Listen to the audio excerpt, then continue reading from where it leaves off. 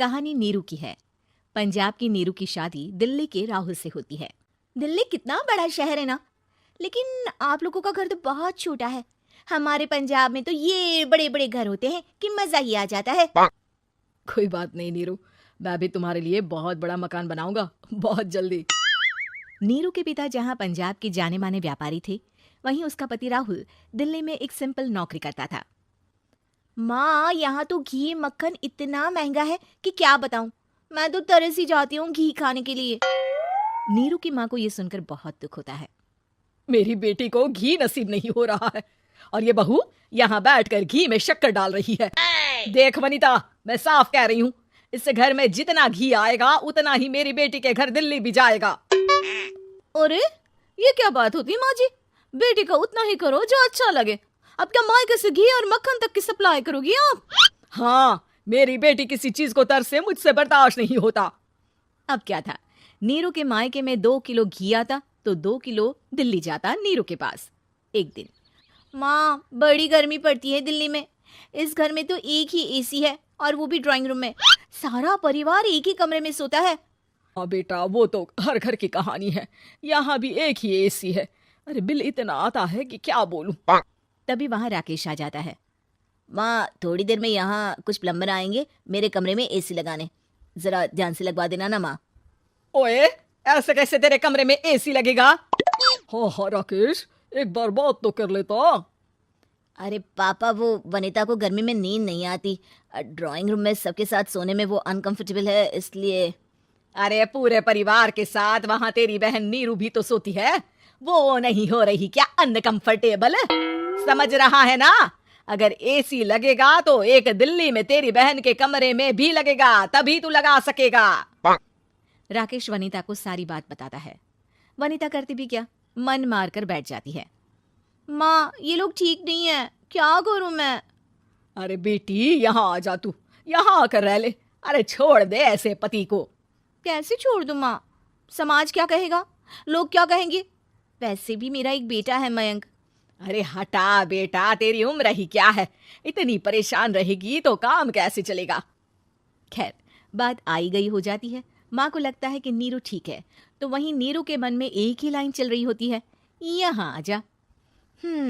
माँ ने तो बोल ही दिया है कि यहाँ आ जा।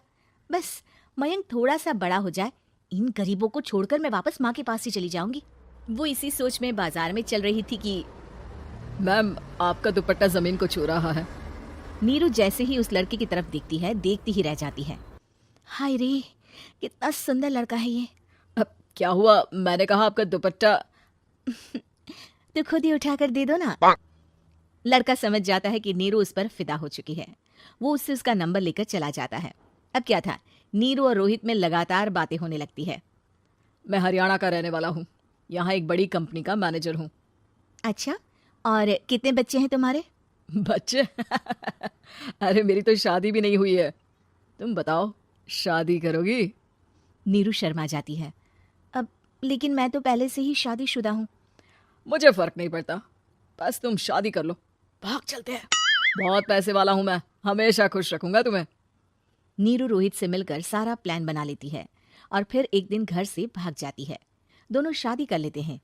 शादी के बाद, क्या बात है नीरू, तुम्हें परेशान सा देखता हूँ, सब ठीक तो है ना? हाँ हाँ, सब ठीक है।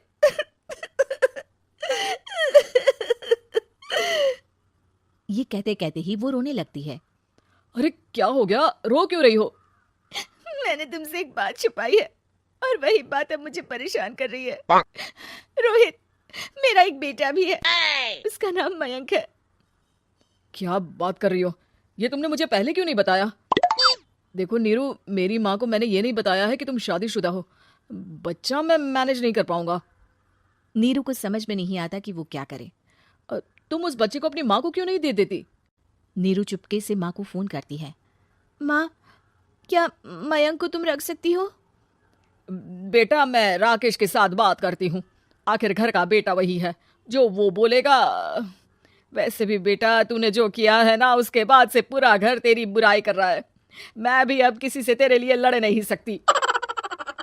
राकेश बेटा, नीरू ने तो जो किया बहुत ही बुरा किया, लेकिन मैं सोच रही थी कि क्यों ना मयंक को हम यहाँ ले आए। तभी वनीता बोल पड़ती है, वाह जी, ऐसे कैसे यहाँ ले आए? यहाँ क्या भंडारा भरा है? और जिस बच्चे की माँ ने नहीं सोचा उसके लिए हम क्यों सोचे? नीरू को एक बार तो अपने बच्चे के बारे में सोचना चाहिए था ना। अरे लेकिन तेरे पास भी तो लड़का नहीं है ना वनीता। माँ, वनीता ठीक बोल रही है। कल को वो बड़ा होकर इसी घर का हिस्सा मांगेगा तो हम क्या करेंगे? माँ कहती भी तो क्या, वो चुप रह जाती है। वहीं नीरू का पहला पति कहता है, माँ, अगर आज भी वो वापस आ जाए तो मैं उसे माफ कर दूंगा। बेटा, गरीबी चीज ही ऐसी है, क्या करेगा? तू तो अब मयंक का सोच। वो बेचारा तो बिना माँ का हो गया। मयंक के खातिर तू दूसरी शादी कर ले बेटा। लोगों के लाख समझाने के बाद नीरू के पहले पति की शादी रिद्धि से हो जाती है, जिसके पहले पति से 2 बच्चे होते हैं। देखो जी, मैंने शादी सिर्फ बच्चे के खातिर की है। मैंने भी शादी सिर्फ बच्चों के खातिर की है। वहीं नीरू के दूसरे पति के मन में ये बात घर कर जाती है कि नीरू एक मासूम बच्चे को उसके खातिर छोड़ कर आई है। अब देखो नीरू, मुझे लगता है कि जो औरत अपनी कोख का बच्चा छोड़ सकती है वो तो कुछ भी कर सकती है। कल को तुम्हें मुझसे अच्छा कोई मिल गया तो तुम तो मुझे भी बाय बाय कर दोगी ना। नीरू को अब उसका दूसरा पति ताने देना शुरू कर देता है। तंग आकर नीरू उसके यहाँ से भागकर अपने पहले पति के पास चली जाती है। लेकिन ससुराल में, क्या लेने आई है नीरू, मयंक को? नहीं नहीं सासू माँ, मुझसे गलती हो गई, मुझे माफ कर दीजिए। नीरू, अब वक्त खत्म हो गया है, मेरी शादी हो चुकी है। तो छोड़ दो ना उसे, हमारा बच्चा है। मैं आपको अपनी माँ नहीं मानता, मेरी नहीं मान तो बात अच्छी है। नीरू मयंक की बात सुनकर समझ जाती है कि उसके पास अब ना आसमान रहा ना ही जमीन।